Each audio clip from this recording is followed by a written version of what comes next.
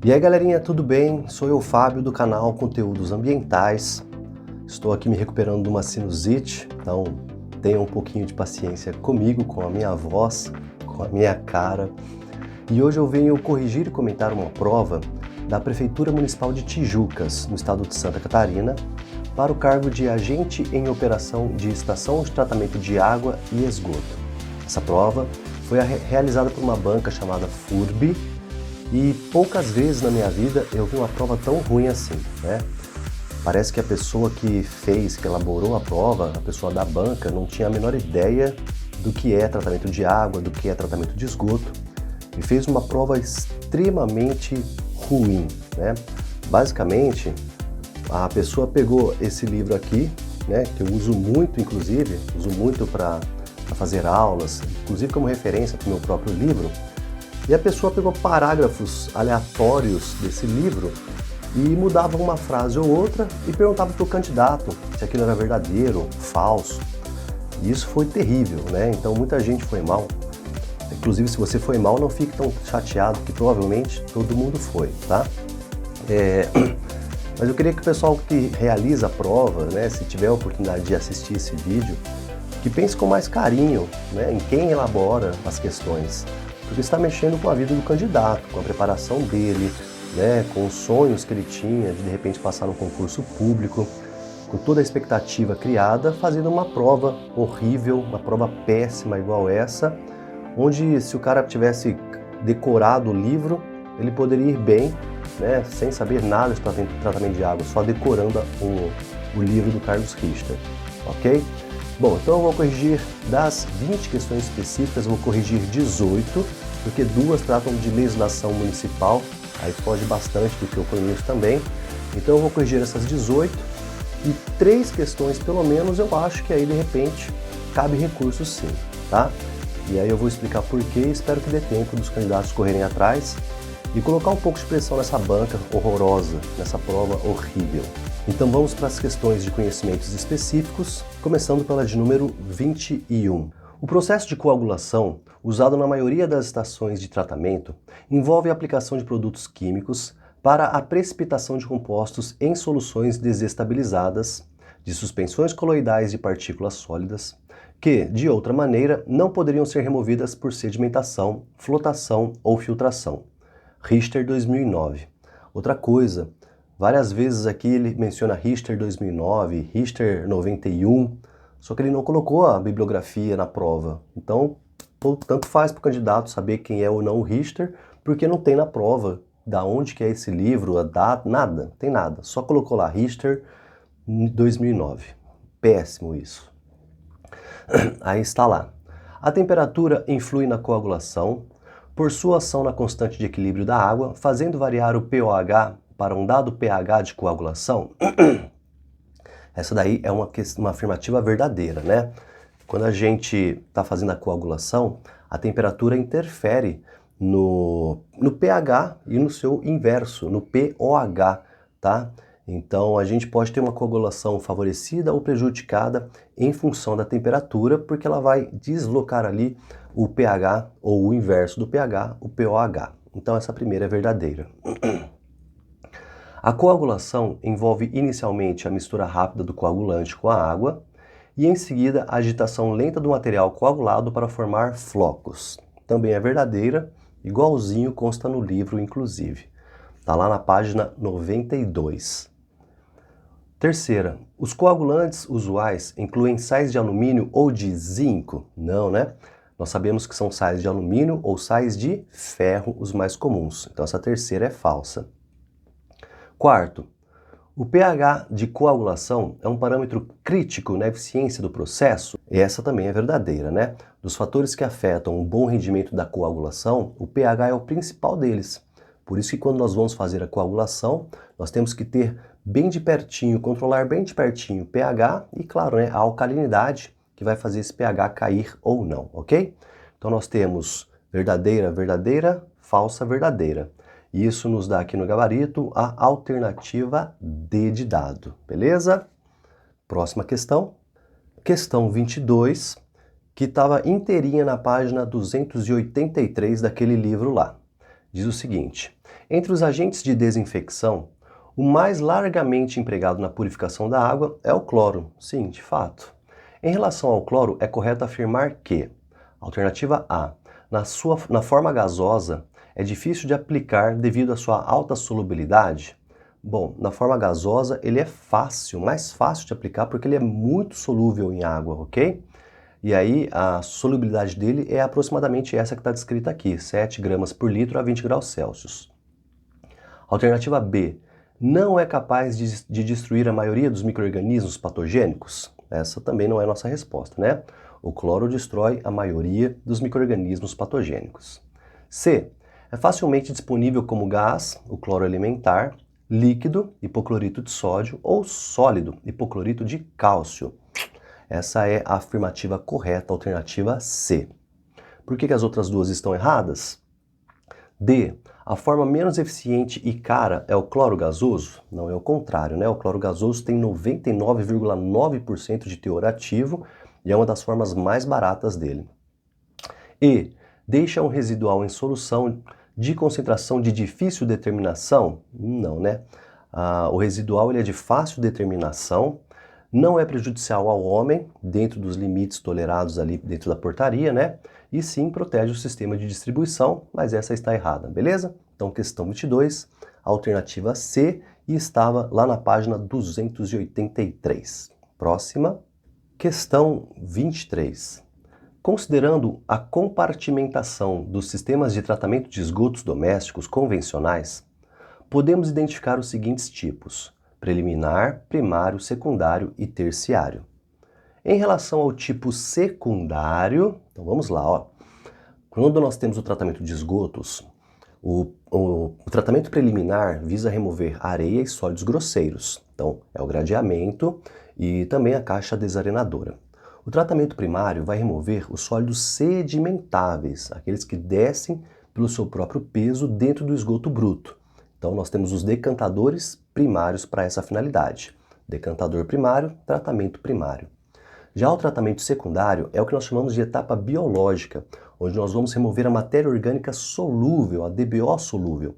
E aí nós temos vários tipos possíveis: lodos ativados, filtros biológicos percoladores, lagoas de estabilização, reatores anaeróbios de fluxos ascendentes, tá? Então a ideia do tratamento secundário é remover a DBO solúvel.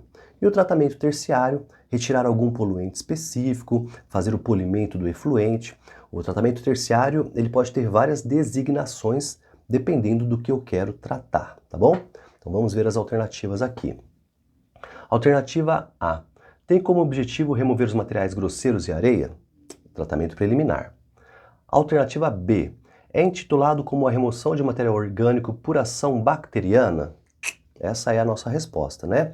Tratamento secundário é exatamente isso descrito na alternativa B. A alternativa C está falando do tratamento primário, de certa forma, né?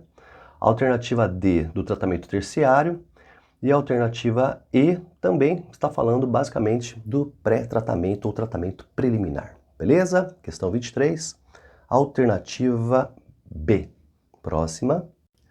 Questão 24. E essa aqui também foi uma questão bem chatinha, bem cretina, né? Vamos lá. Com base na microbiologia de tratamento de esgotos, assinale a alternativa correta relacionada aos fotoheterótrofos. Então vamos lá. A palavra foto quer dizer que o micro-organismo consegue usar a luz para alguma finalidade, né? Geralmente isso é para a obtenção da sua própria energia. A palavra heterótrofos quer dizer que ele não produz o seu próprio alimento, né? Senão ele seria um autótrofo. Então a gente está falando aqui de um organismo que faz fotossíntese, mas que não produz o seu próprio alimento, tá? E nesse caso nós temos como representante principal as cianobactérias, que aqui não consta, né, no gabarito aqui. Então o mais próximo disso seria a alternativa C, bactérias fotossintéticas, tá? Então questão 24, bem chatinha, né? Alternativa C, bactérias fotossintéticas. Joia? Questão 25, também uma questão fácil, né, sem muitas dificuldades. Ainda não chegaram naquelas questões mais cruéis da prova que eu mencionei. E é o seguinte: assinale a alternativa correta que corresponde a um sistema em que as partículas sólidas são removidas da água e flutuam, reduzindo-se a sua densidade pela adesão de pequeníssimas bolhas de ar. Bom, estamos falando de um processo chamado de flotação por ar dissolvido. Inclusive, tem um capítulo inteiro sobre isso aqui no meu livro também, tá? A flotação por ar dissolvido é a alternativa B. Então, questão 25, o gabarito é a alternativa B. Esse é o processo descrito ali no enunciado. Essa foi facinha, ok? Próxima. Questão 26. Em relação às lagoas de estabilização, é correto afirmar que... Então, lagoas de estabilização é um sistema de tratamento secundário de efluentes, né? São grandes lagoas onde o esgoto vai passar lentamente, ficando dentro delas ali pelo período de 30, 20 a 40 dias aproximadamente, né? Nós temos as lagoas anaeróbias, as facultativas, as lagoas de maturação, de polimento, lagoas aeradas, que podem ser de mistura completa, ou lagoas aeradas facultativas, tem várias possibilidades. Tem um vídeo meu aqui nesse canal falando sobre isso também, tá? Então vamos lá.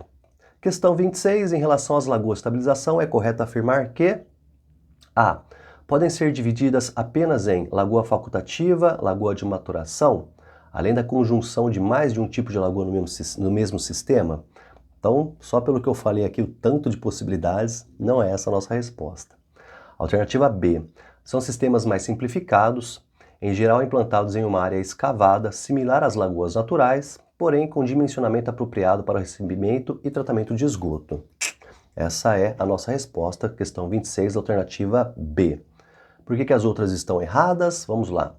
C. O método é de complexa operação, não demanda muita tecnologia e possui um custo reduzido. Seria verdadeiro não fosse pelo primeiro trecho aqui, né? O método é de complexa operação. Não é. D.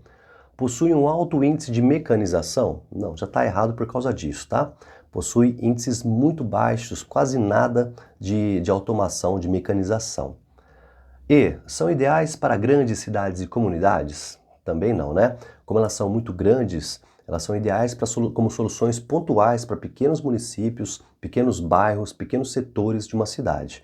Para uma cidade muito grande, você teria que construir lagoas proporcionalmente muito grandes, e aí não tem muito sentido isso, tá bom? Questão 26, alternativa B. Próxima. A questão 27 era mais uma questão de decoreba também, que era o seguinte: com base na legislação ambiental, assinale a alternativa correta, que corresponde à Lei de Recursos Hídricos. A Lei de Recursos Hídricos é a Lei de número 9.433 de 1997, alternativa B de bola, ok? Nem tem muito o que comentar sobre isso daqui, era só lembrar qual que é o número da lei. Bom, próxima. Questão 28, essa aqui confusa, polêmica, e eu acho que cabe aí recurso nessa questão aqui, ó. A questão 28 diz o seguinte, vamos lá. Com base nos padrões de potabilidade da OMS, da Organização Mundial de Saúde, que sentido tem isso aqui? Mas vamos lá. Em miligramas por litro ou unidade adotada, assinale a alternativa correta, que corresponde ao valor máximo permissível para sulfato. Bom, se fosse na legislação brasileira, isso vai aparecer lá no anexo 11, e o valor máximo permitido seria de 250 miligramas por litro. Só que aí aqui não existe nada parecido com isso. Então, eu não sei, não saberia, né? Não consegui chegar a nenhuma conclusão olhando as alternativas. E aí eu fui pesquisar padrões de potabilidade na OMS e fiquei um bom tempo, inclusive, pesquisando isso daqui, tá? E em todos os manuais da OMS que eu achei, nenhum manual tem esse valor de 400, que é o que ele diz no gabarito, tá? Só para constar, né? O gabarito coloca ali letra D, 400 miligramas por litro. Mas eu não encontrei em nenhum lugar isso daí dito explicitamente. Onde eu achei esse valor foi para um manual do governo brasileiro, um manual muito antigo, de 2006, quando ainda vigorava a portaria 518, né? E nesse manual o manual se chama Vigilância e Controle da Qualidade da Água para Consumo Humano, e lá na página 166 tem Normas e Padrão de Potabilidade da Água destinada ao consumo humano. A nossa portaria 518, ela foi feita baseada em princípios da OMS, então pode ser isso que o pessoal da banca está considerando.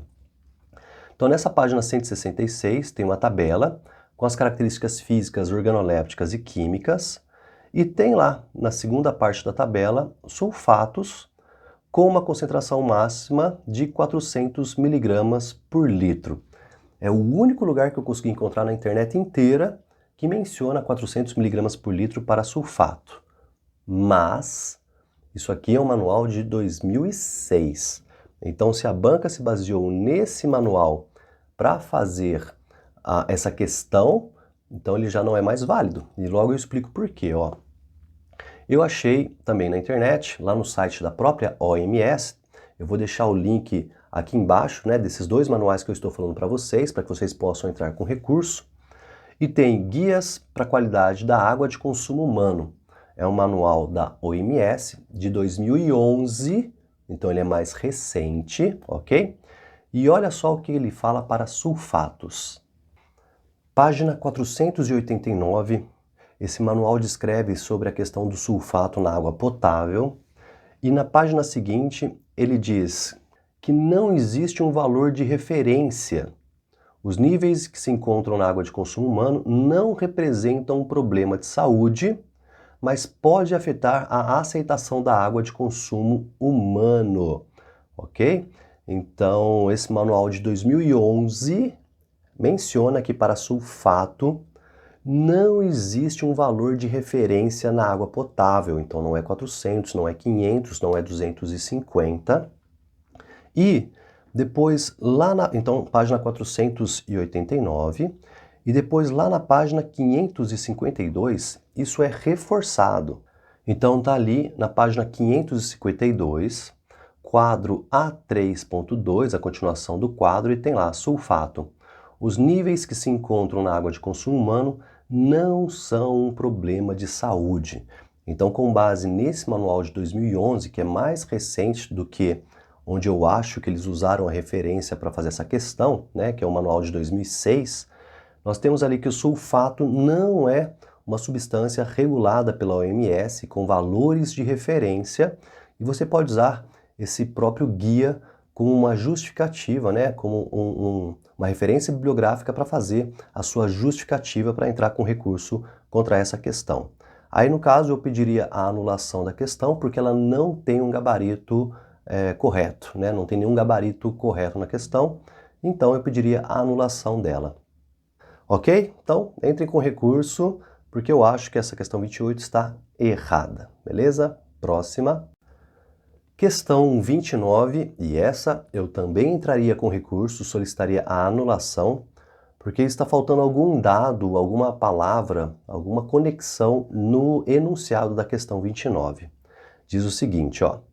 Assinale a alternativa correta, que corresponde ao tratamento, no qual o processo é bastante apropriado para casos em que o volume gerado é pequeno, além de ser produzido de forma irregular. Volume gerado do quê? De lodo, de efluente, de água?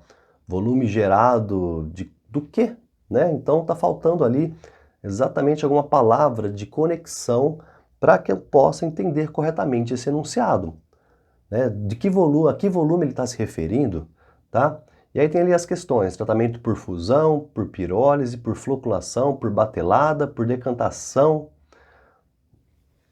Bom, lendo a frase, e como eu já tenho uma certa experiência em correção e elaboração de provas, eu entendi que ele provavelmente estava se referindo ao volume de esgoto, quando o esgoto é gerado em quantidades menores e de forma irregular, né? Então você tem picos que oscilam bastante. E quando a gente tem esse tipo de característica, a melhor forma de tratar muitas vezes pode ser por batelada. E aí eu marquei a alternativa D e fui conferir no gabarito e realmente é a alternativa D.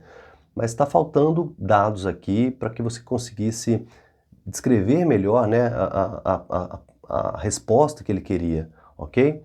Então eu entraria com recurso dizendo isso, que o enunciado está mal elaborado, faltam dados e palavras conectivas que permitam ao candidato entender o que a banca está cobrando ali. Quando ela se refere a volume, é volume do quê? Uma vez que dependendo do material ali, você pode fazer um tratamento por fusão, por pirólise, por floculação, sei lá. Tá? Então eu discordo disso aqui, mal feita. Questão 29 está como gabarito alternativa D, mas eu recorreria. Beleza? Próxima. Questão 30, e essa eu também recorreria. Eu acho que a banca se equivocou aqui, ó. Então diz o seguinte: com base nas estações de filtração direta, é correto afirmar que a filtração direta não é viável em algumas condições. Uma delas é quando o índice de coliformes ultrapassar. Bom, a filtração direta é quando nós não temos a etapa da decantação.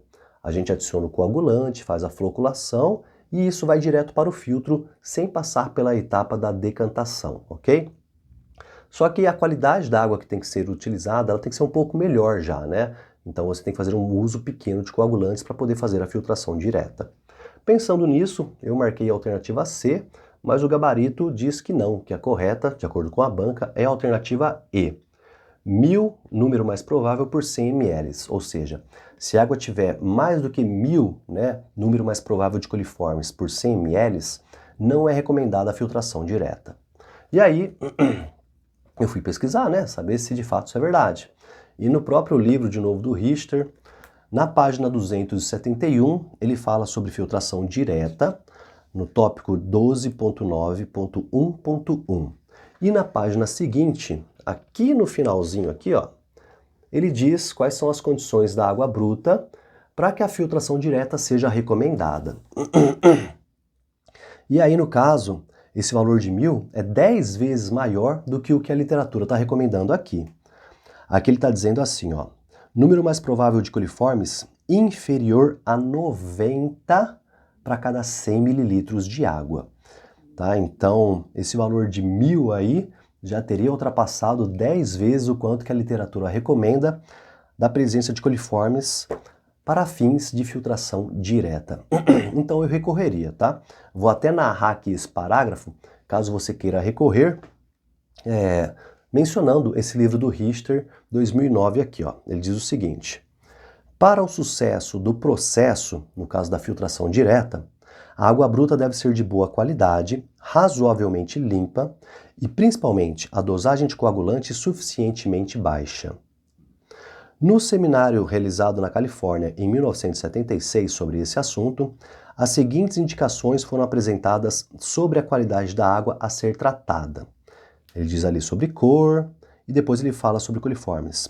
NMP, número mais provável de coliformes, inferior a 90 por 100 mililitros de água. Então é por isso que eu acho que está errado esse gabarito, não tem alternativa correta e eu pediria a anulação também, beleza? Questão 28, 29 e também a 30, eu pediria anulação porque não tem gabarito correto. Joia? Próxima. Questão 31. E essa questão ele copiou integralmente do livro do Richter, página 78. E é o seguinte: em relação à dureza total, é correto afirmar que: alternativa A, mede o conteúdo total dos íons cálcio 2+, e magnésio 2+, distinguindo-se as parcelas dureza de cálcio e dureza de magnésio. Essa é a alternativa correta, a alternativa A. E aí eu fui procurar no livro e ela está escrita igualzinha, né? A banca não teve nem a cara de pau de, sei lá, ler, interpretar e escrever alguma coisa. Simplesmente copiou e colou. E o resto foi a mesma coisa, só que a banca mudou uma palavra ou outra para que a frase ficasse incorreta. Então a alternativa B, mede a quantidade de íons cálcio e magnésio depois de se submeter a água à ebulição. Aqui o autor está falando da dureza temporária. C, é devido a bicarbonatos de cálcio e magnésio elimináveis por ebulição. Ele também está falando da dureza temporária, né? A B fala da dureza temporária e permanente no caso. Alternativa D, chamada também de dureza de carbonatos. Essa é a dureza cálcica, de acordo com o autor lá, né? E, é a diferença entre a dureza temporária e a dureza permanente. Nessa alternativa E, né, isso aqui é a dureza total, né? E lá no livro diz tudo isso bem explicadinho, tá? E no caso, dureza total não é a diferença, mas a soma das parcelas de dureza temporária e permanente. Portanto, questão 31, alternativa A, tá lá na página 78 do livro do Richter, copiada e colada. Muito mal feita, muita cara de pau da banca fazer isso, né? Acho que se eu fosse o autor, eu ia até pedir direitos autorais, porque simplesmente copiou integralmente trechos do livro aqui, beleza? Próxima. Questão 32, que trata da floculação, e também a banca só copiou e colou o livro do autor aqui, do Richter, e mudou uma palavrinha ou outra para que a frase ficasse incorreta, ok? Muita cara de pau, muito mal elaborado isso aqui, tá? Vergonha de prestar um concurso desse com uma prova dessa, mas vamos lá. Isso está todo na página 139, tá, do livro ali que eu mencionei para vocês. Então vamos lá. Em relação às principais deficiências dos floculadores hidráulicos, então aqueles que não usam forças mecânicas, não tem um agitador, né, usa só a própria força da água passando por chicanas. Analise as afirmativas a seguir. Primeira, a limpeza geralmente é fácil? Não, geralmente é difícil, porque você tem uma série de chicanas, né, de valas, e a limpeza é uma coisa mais complexa, então, para conseguir fazer a manutenção e a limpeza dessas valas, desses intervalos aí. 2. A hidráulica e os parâmetros de floculação são função da vazão e não podem ser regulados independentemente ou são de difícil ajuste. Essa é verdadeira e a frase está idêntica lá no livro do Richter. Terceiro, o tempo de floculação e gradientes de velocidade são função da vazão e não podem ser regulados independentemente ou são de difícil ajuste. Essa também é verdadeira. Inclusive, essa é derivada da segunda ali, né? No livro ele fala, a hidráulica e os parâmetros de floculação, aí o autor coloca uma vírgula e coloca assim, ó, gradientes de velocidade e outras coisas assim, aí o autor fecha a vírgula e continua. Então ele pegou uma frase e dividiu em duas, e as duas são verdadeiras.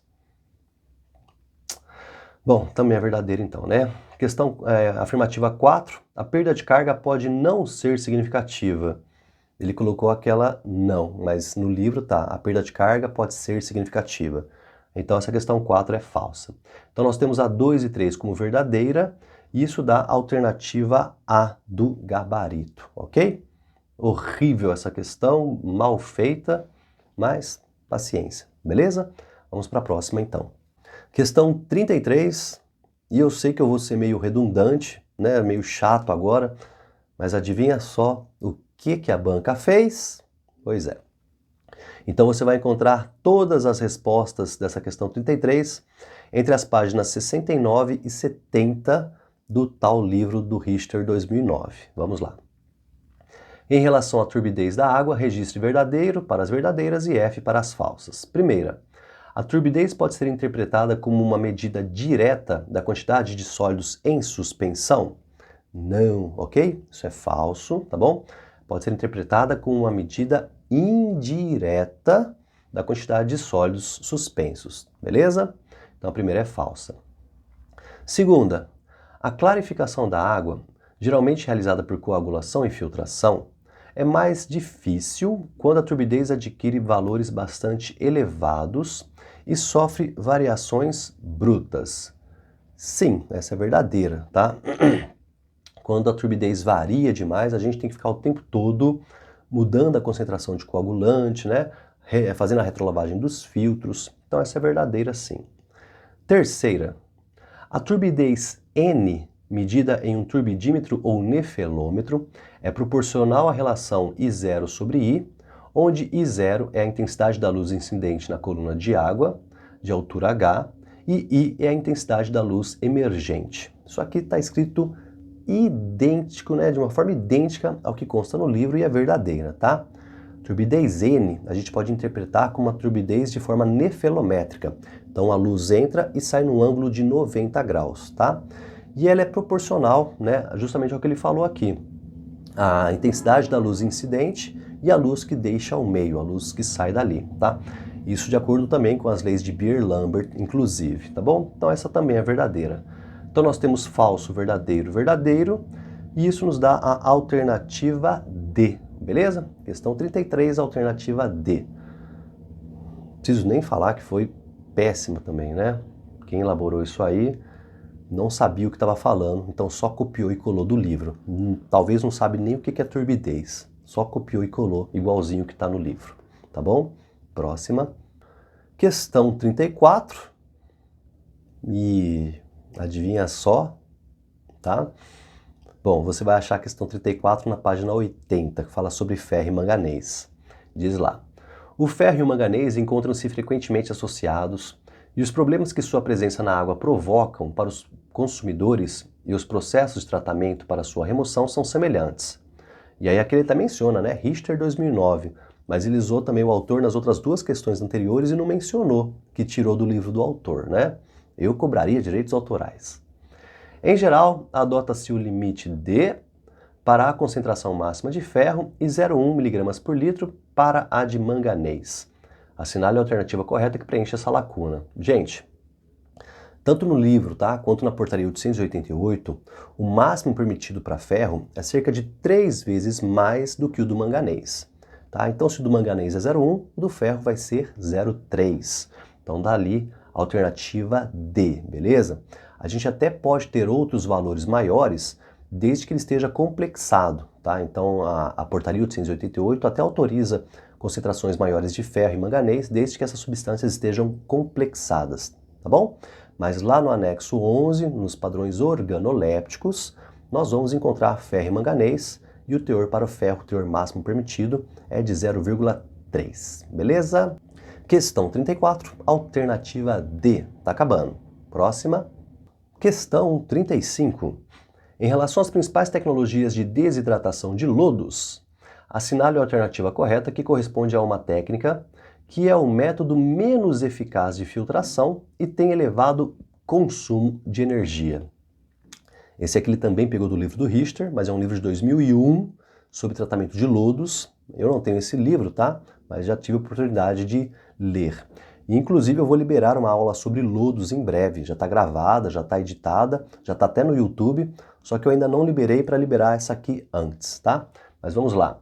Das técnicas de desaguamento de lodo, desidratação, a pior de todas, vamos dizer assim, né, que consome muita energia elétrica e tal, seriam lá os filtros rotativos a vácuo, ok? Então, alternativa D. Essa estava até fresquinha aqui na minha memória, tá bom? Decantação centrífuga, adensamento por batelada, prensa desaguadora e filtro prensa são equipamentos muito utilizados ainda hoje. Claro que eles também consomem energia elétrica, né? Fazem barulho, tá? Mas o filtro rotativo a vácuo é dito como uma tecnologia já obsoleta, que não vai mais ser usada em breve, justamente porque consome muita energia elétrica e não tem uma eficiência tão boa assim, tá bom? Então, questão 35, alternativa D. E logo logo eu libero uma aula sobre tratamento de lodos para o canal ficar mais completão. Tá joia? Próxima. Questão 36. A definição do destino final para o lodo de uma estação de tratamento de água é uma das tarefas mais difíceis para o administrador do serviço de água, envolvendo custos elevadíssimos de transporte e restrições do meio ambiente. O critério básico para escolher a alternativa de disposição é o conteúdo de sólido. Assinale a alternativa correta, que corresponde ao conteúdo de sólido para aplicação no solo. Então, essa eu não sabia mesmo, né? Eu tive que procurar a resposta correta e a alternativa, de acordo com o gabarito, é a letra B, de 1% a 15%. Então, para lodos de ETAs, estações de tratamento de água, tendo ali o seu teor de sólidos entre 1% a 15%, é possível a aplicação direta no solo. Mas essa eu nem vou comentar muito, porque realmente me foge um pouco do que eu já trabalhei, do que eu já fiz minha vida inteira, tá? Eu vou só confiar no gabarito. Então, questão 36, alternativa B. Próxima, tá acabando. Questão 37 sobre filtração. E adivinha só da onde que ele pegou essa resposta? Pois é, né? Livro do Richter, página 238. Então ele só pegou essa tabela aqui, né, e foi colocando como gabarito para que você encontrasse a alternativa verdadeira. Vamos lá. A filtração é, provavelmente, o processo unitário mais importante na cadeia de processos de tratamento de água, podendo ser o único, como na filtração lenta, ou apenas precedido pela coagulofloculação, como na filtração direta. Richter 2009. Com base nas características dos filtros lentos e rápidos, assinale a alternativa correta que corresponde a uma característica dos filtros rápidos. E a alternativa correta é a alternativa A, distribuição dos grãos de forma estratificada. Bom, essa eu acertei quando eu fiz a prova porque eu dou uma aula para meus alunos, né, todo semestre sobre filtração e passo essa tabela também, né?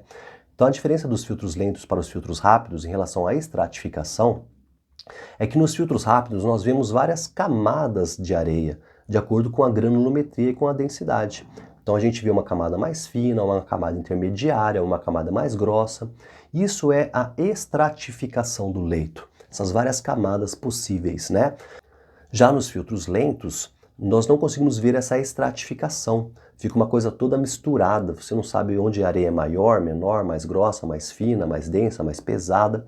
Fica tudo misturado ali, você não tem a estratificação do meio, tá bom? Por isso, questão 37, alternativa A. As outras aqui, a duração da carreira de filtração entre limpezas é de 20 a 60 dias, isso é para os filtros lentos. Para os filtros rápidos existem algumas questões ali, mas geralmente a gente tem que limpar pelo menos uma vez por dia os filtros rápidos, geralmente, tá? C.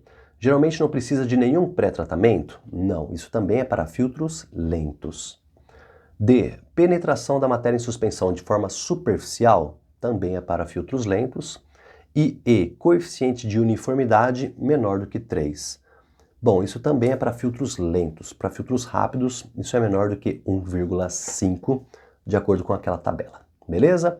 Então, questão 37, alternativa A. Vamos para 38 e vamos depois fechar a conta e passar a régua. E a questão 38, para não perder o costume, a banca copiou e colou integralmente do livro, tá? Estão nas páginas 292 e 297 do livro do Richter 2009, né? Novamente, eu acho isso péssimo, sou chato mesmo, né? Afinal, a banca copiar e colar, isso não é fazer uma prova, né? Qualquer pessoa conseguiria, então, ter elaborado uma prova dessa. Então, vamos lá. Questão 38. Os cloradores são aparelhos destinados a fazer a aplicação de cloro na água. Em relação aos cloradores, registre V para as verdadeiras e F para as falsas. Primeira, nos cloradores a vácuo, que são os mais usados, o cloro é previamente dissolvido em uma corrente auxiliar de água através de um injetor por meio de vácuo produzido pelo injetor. Verdadeira, você vai encontrar isso na página 292, mas é verdade.